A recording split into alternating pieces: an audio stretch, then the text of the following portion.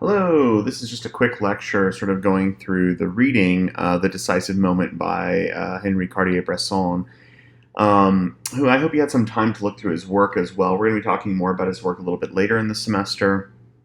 But I like to start with this reading because not only does it talk about sort of this guy's personal history, he's one of the most famous photographers ever. He sort of invented street photography. Um, so not only is he, this famous person sort of talking about how he became a photographer, but he's also talking about some of the sort of deep techniques and theories that he's almost like living by. I want to highlight a couple of passages for you. This first, he opens this section called the picture story with what actually is a photographic reportage, and reportage meaning, documentation or reporting. A picture story.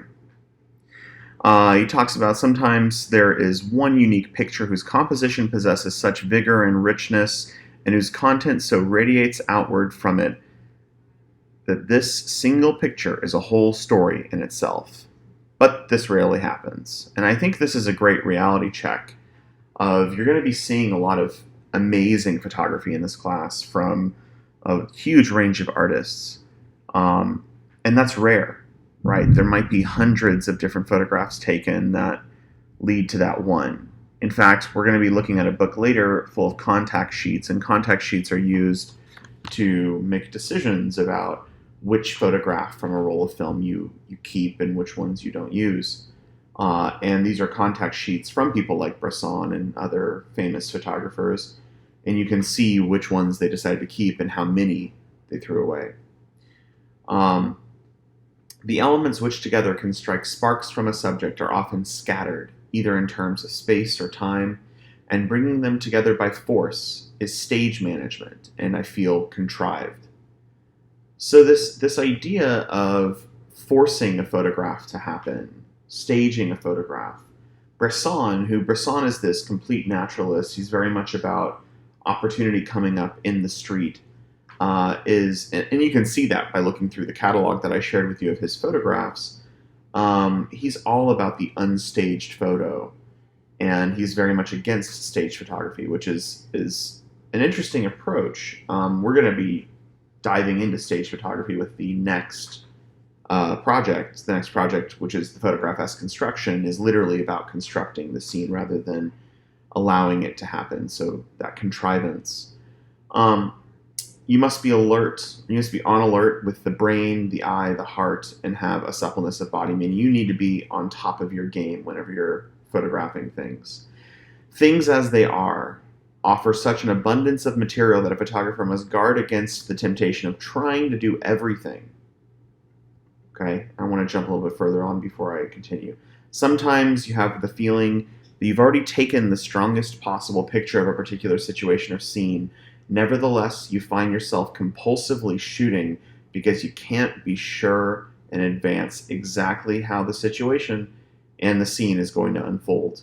You must stay with the scene just in case the elements of the situation shoot off from the core again. At the same time, it's essential to avoid shooting like a machine gunner and burdening yourself with useless recordings which clutter your memory and spoil the exactness of the reportage as a whole. This is such a beginner mistake, is to come to a scene and think, I'm going to just hold down my shutter. It's a digital camera, right? I have thousands of photographs, and I'm just going to shoot. Surely one of them must be good. I can assure you that is not the case. Some, situations may call for that. Let's say you're shooting a wedding. Of course, you're going to want to shoot as much as you possibly can. But I totally agree with Bresson here, where he says, cluttering up your memory and spoiling the exactness. Sometimes the greatest photographs that I've ever taken are simply one-offs, just random bits, and I've decided, okay, this is it. You have to be aware of those moments whenever you're shooting, whenever you're going out in public, whenever you're doing this. You may walk around the streets thinking you're going to shoot and you only get 2 photos. That's fine, right? You may walk around and shoot and get 1,000 photos. That's fine. The important thing is being able to sort of distinguish and not clutter your memory with sort of just bits and bobs, basically. You need to really be focused on what your goal is. Okay, continuing. Down here we have, there's two kinds of selections to be made, and either of them can lead to eventual regrets. There is the selection we make when we look through the viewfinder at the subject, and there is the one we make after the tiles have been developed and printed. Right? There's the selection of how I take the photo, and there's the selection of which photos I show. This is why I've started here by getting you to really shoot a lot of photographs and curate. Shoot a lot of photographs and curate. That is the action of the photographer, right? It's taking all these things in, taking these images in, and selecting which ones are important. Just like you do with your eye. Just like how whenever you look at the world, and he talks about this later in the text, you see this great big image all at once, and your eye jumps around and darts around the world until it finds the particular thing that you're trying to jump to. Okay? The particular thing that you're interested in. Photography is the same action. It's the same thing. It's you choosing what in the world is worth looking at. And this is a hard task. You're in a very difficult position, particularly in today, where we're in a world of, the desktop wallpaper on your computer. My Mac wallpaper is probably one of the most beautiful photographs ever taken of that landscape. So every day we're exposed to some of the most beautiful images of the world. Every single day. To the point where it's become quite boring. We're going to have a reading from Susan Sontag later, who talks about the endless photos of sunsets have made sunsets boring. We can set a rule right now. Don't photograph sunsets. There you go. Problem solved. All right, I'm going to keep going a little bit further down. So this is a part about portraits, taking portraits, which I know most of you will probably do at some point this semester.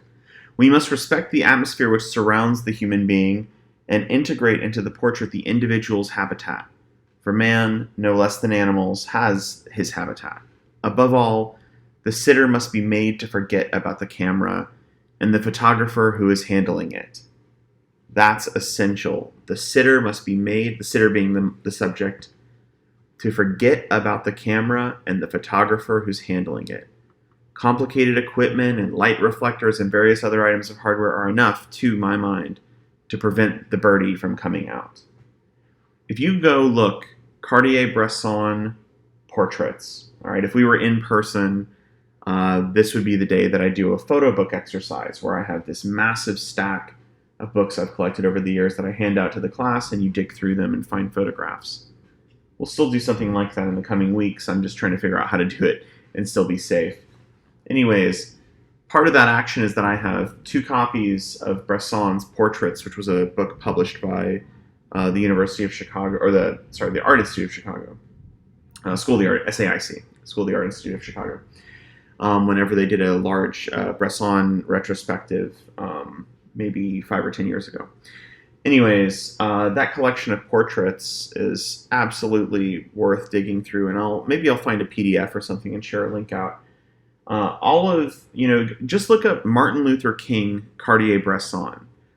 Bresson's photograph of Martin Luther King, I think, is truly striking because it's not simply a photograph of this powerful man, this important figure in history. It's really like a sad, sort of intense, anxious photograph. And I feel like he's one of the few photographers that captured that side of King. So something to look into. So as we keep going, I infinitely prefer to contrived portraits those little identity card photos, which are pasted side by side, row after row, in the windows of passport photographers.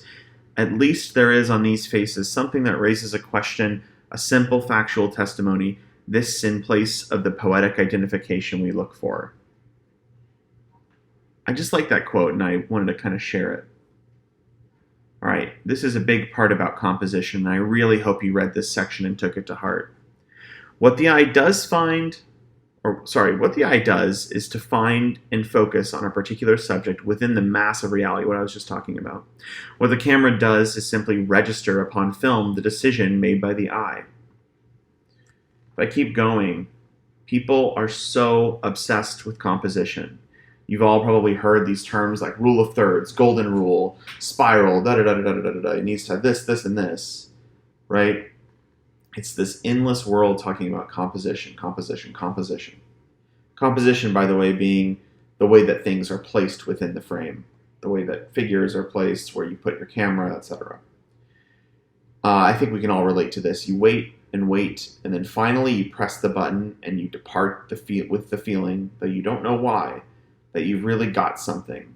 Later, to substantiate this, you can take a print of this picture, trace on it the geometric figures which come up under analysis, and you'll observe that if the shutter was released at the decisive moment, hey, that's the name of the article, probably an important quote, you have instinctively fixed a geometric pattern without which the photograph would have been both formless and lifeless.